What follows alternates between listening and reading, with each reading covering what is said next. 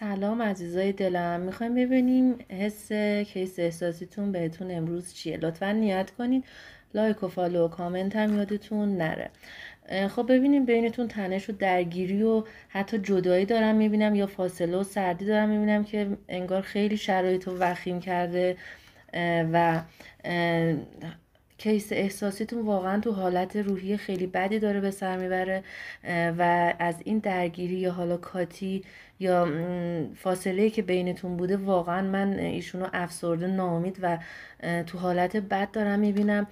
و واقعا دست به دعاست و دوست داره یه معجزه‌ای پیش بیاد که رابطتون دوباره شکل بگیره و گرم بشه. ببینید اگه تو کاتی هستید، من 100% چون کارت معجزه براتون افتاده، براتون میتونم بگم که تا 2 وعده زمان آینده دیگه این کاتی برطرف میشه و شما معجزه دارین و آشتی بینتون